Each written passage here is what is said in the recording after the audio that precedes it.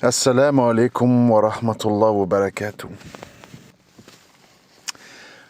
Okay, so this is a message for the brother BILAL Abdul KARIM, who is actually living, I think, between Turkey and Syria. And after viewing an interview, and I've been watching several videos of brother BILAL, I would like to give him some kind of, well, not advice, but some of my opinion and view to maybe change some little things in what he's saying above the actual situation in Syria. I think that in life you have different moments, and depending on the moment, it's appropriate to say some things and to avoid insisting on some other things.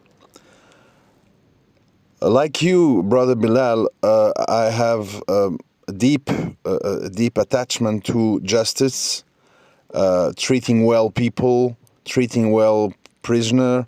I'm disgusted by torture or abuse of power, racism, and all this kind of stuff. So all the subject, normally we don't even need to talk about that between Muslim, because that's normal. Now, you are an African American. I'm a white convert from Europe. We have our culture, our roots, and people in the Middle East, even if we are all Muslim, they are a little bit different. What I mean is that, unfortunately, these people, in order to respect and to not fall in anarchy, they need to feel power. They need to be a little bit scared. They need to feel pressure, in the sense that if you have too much humanity, if you are too kind, if you are too, tender, you may face some lack of respect. I know that's sad, but that's the situation, and you need to deal with it, and you need to find solution. So, personally, I don't know the brother Julani. I just know him from, media or what people say about him. I have several other person who have been facing some, incarceration in Idlib. They basically say the same thing that you are saying. So, it's not that you're lying or exaggerating. I think it's true. But now that this guy is in power, like you say, he's not alone. He represents a movement. And as Muslim, we need to take the chance and the opportunity to build something. And in order to build something, we will need to close our eyes on some things, because we cannot compare Julani with Dawla Islamiyah, or when we talk about torture or violence or killings between Muslims and all that.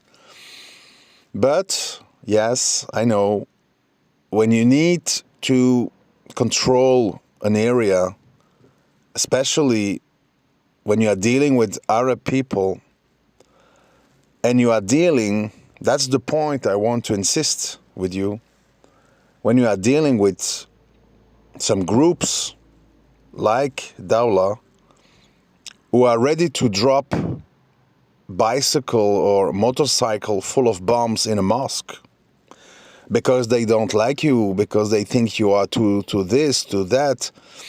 They are ready to kill, anybody without problem. Basically saying they are all mushrik, they are all kafir, let me kill them.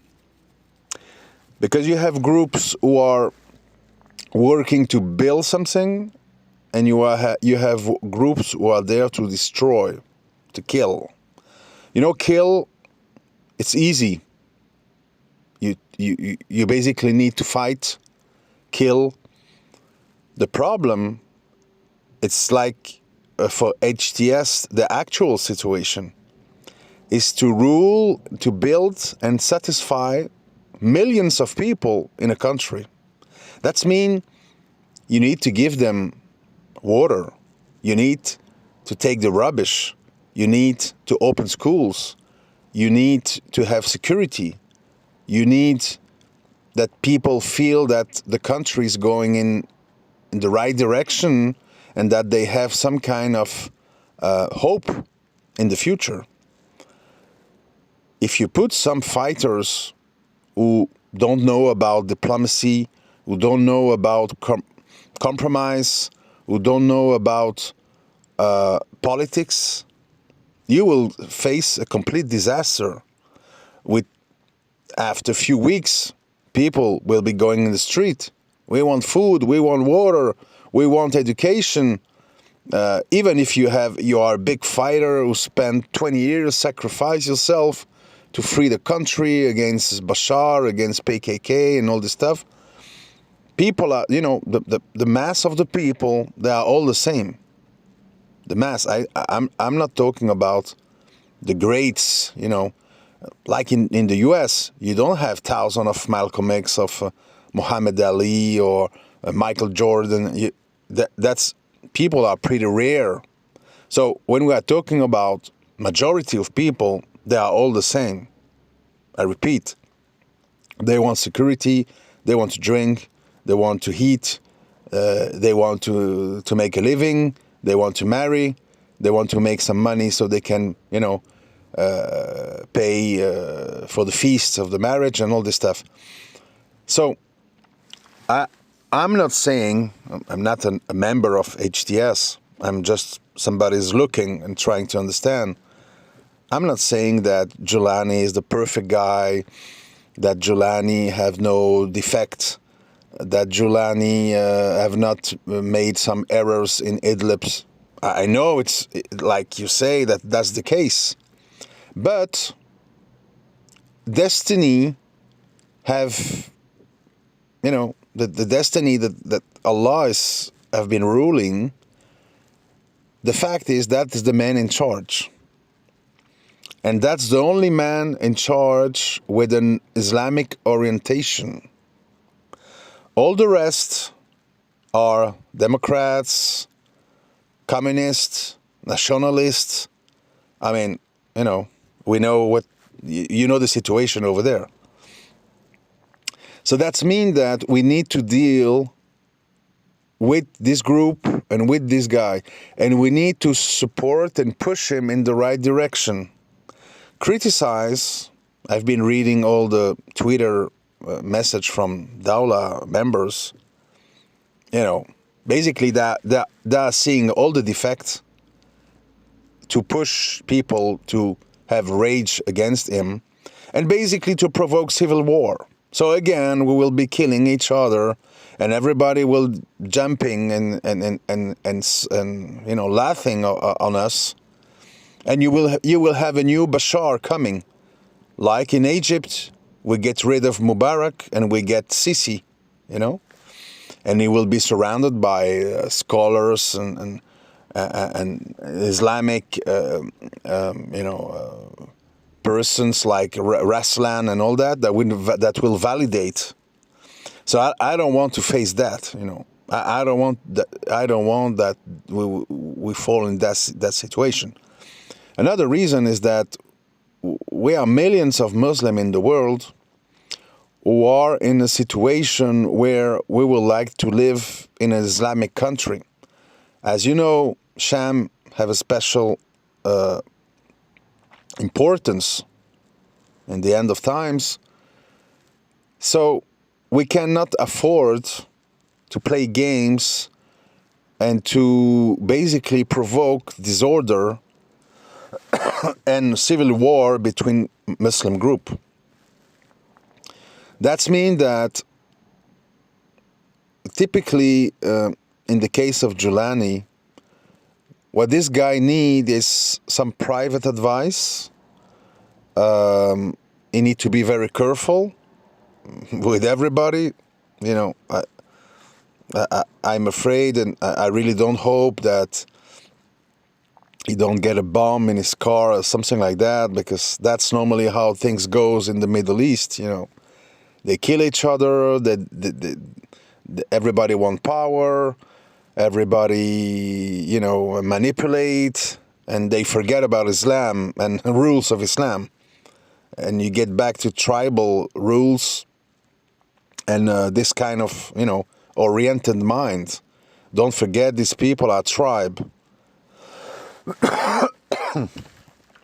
And for them it's very important where they come from, which city, family roots, and all this stuff, you know. Look at Bashar. He was Halawit, coming from the region of Latakia and Tartus. And basically, you know, people from there push him, assist him. It's a tribal thing, religion and tribal. So now that he's there, we need to find a way to push him in the right direction. As we all know, it will not be easy, because Syria is a country with several tendencies, several tribes, several religion. Everybody want to pull the attention to him, and as you know, you will always be too much Muslim for the ones, not enough for the others, and you have everybody against. For example, here when you hear people talking about Julani and HTS, you have the one who say, yeah, but he's doing taqiyya, he's going to implement Sharia, you will see, we know them, they always do that. And you have the others like Dawla, he's a traitor, we need to kill him, look at what he's deciding, he's too soft, he's too light, he's weak. You know, so it's not a comfortable situation. You say at a certain moment in the interview that if he can rule with the Sharia, he will be happy. If he can't, he will be happy too. I think that in that statement you are going a little bit too far, because we cannot entering in the what we call niyyah of somebody. You and me and others, we don't really know what's going on in his mind. We don't know his plan. We don't know why he say what he say about Israel, about this and that. From what I've seen, I think the guy have good advice around him, is pragmatic, and he's very careful. Now the price to be very careful, it may be that some extremist Dawla members will try to kill him. That's the big danger. Because as you know, that's what I'm trying to explain. You know, my channel is a French channel, and I'm a French-speaking guy. What I'm trying to explain when I'm talking about that subject is that you cannot take decision without taking into account reality.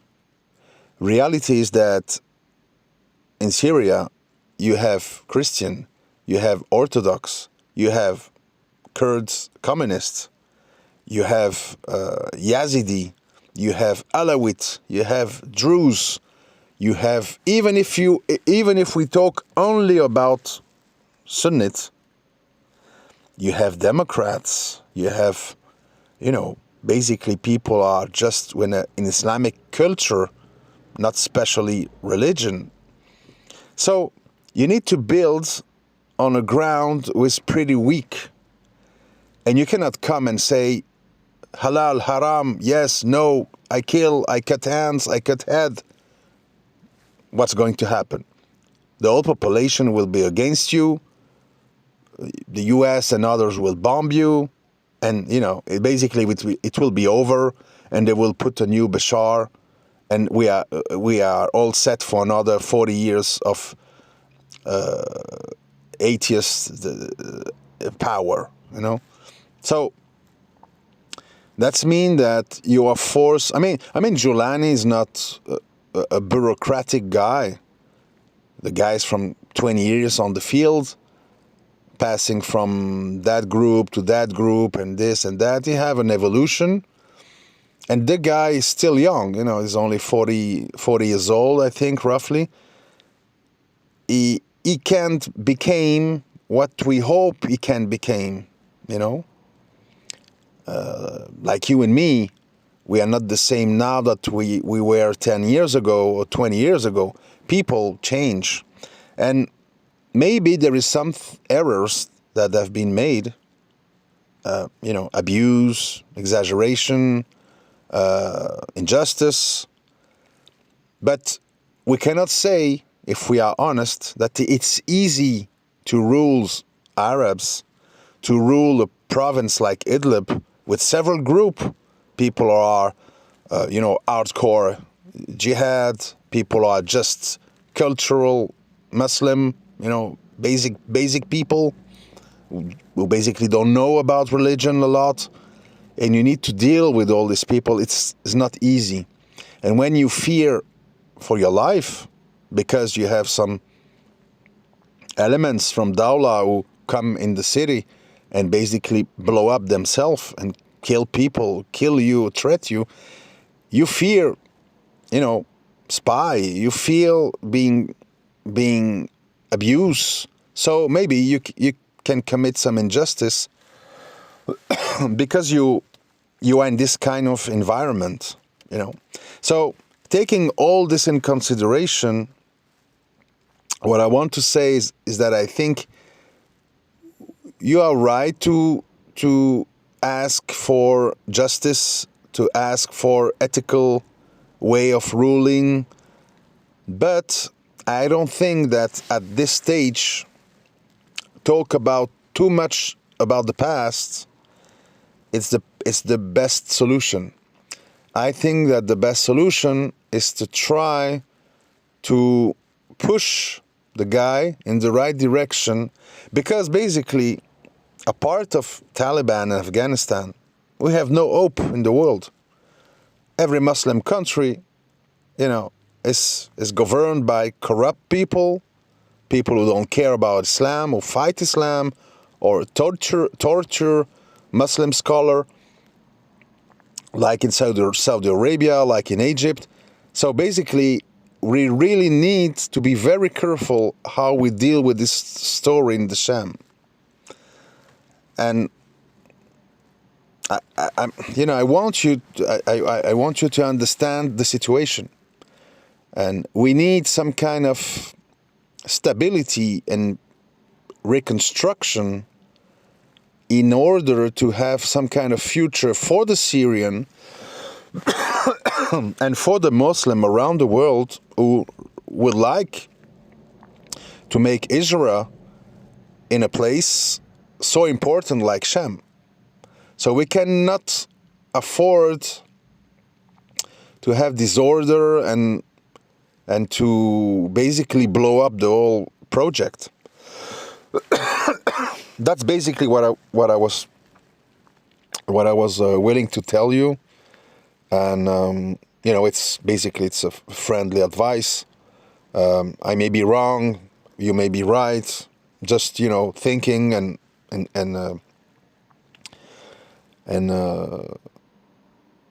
explaining all what's going on in my mind to you. So, because I don't know if some people have already told you all these kind of things, and I think it's important because you are an English-speaking guy who can explain things to all Americans or all English people. So it's a lot of people. I think in HTS they don't have a lot of foreign language people to talk about them. They only talk Arabic. So it's important as French-speaking like me or English-speaking like you that when we talk about all this, we must be very careful because basically, in this case, I don't think that there is a lot of people in the ground over there who know the situation. Yeah, you have some journalists or people passing because it's in the news, but you're pretty rare. I mean, it's pretty rare to have an American who know the language or the way of talking of the Americans that basically is in the ground and can explain and can share with people what's going on. So I think we have a very big responsibility, and we must be careful, and we must maybe close one eye on the past by saying, yes, it was not perfect. There were some errors, but let's look at the future, where we are going from there, because that's the point was important now at this stage. Inshallah, I really hope for the best. This will need a lot of patience. I hope people of Dawla will not blow the whole story and basically put us in civil war and with another dictator to take care of the country. So because if that happened, all these people who've died of 13 years of war will be for nothing. And I really don't want that to happen. We should not hope that. That's what happened in Egypt, exactly. And we cannot afford this. We need to support the guy. We need to push him in the right direction, and we really need to avoid criticize everything, especially now. It's too early. They are too weak. They need the international people to pull them out of terrorist group and all that. It's a very difficult moment to manage. Okay, that's all I want to say. Thank you for hearing, Bilal. I hope we can meet each other in the future. Thank you for your statement, your interview, your inside view of all this. It's interesting, but I just think that we should help each other to protect what's going on in Syria and avoid going back to atheist dictator threatening everybody and impeach some kind of Islamic renaissance in the Sham, inshallah. Assalamu alaikum wa rahmatullahi wa barakatuh.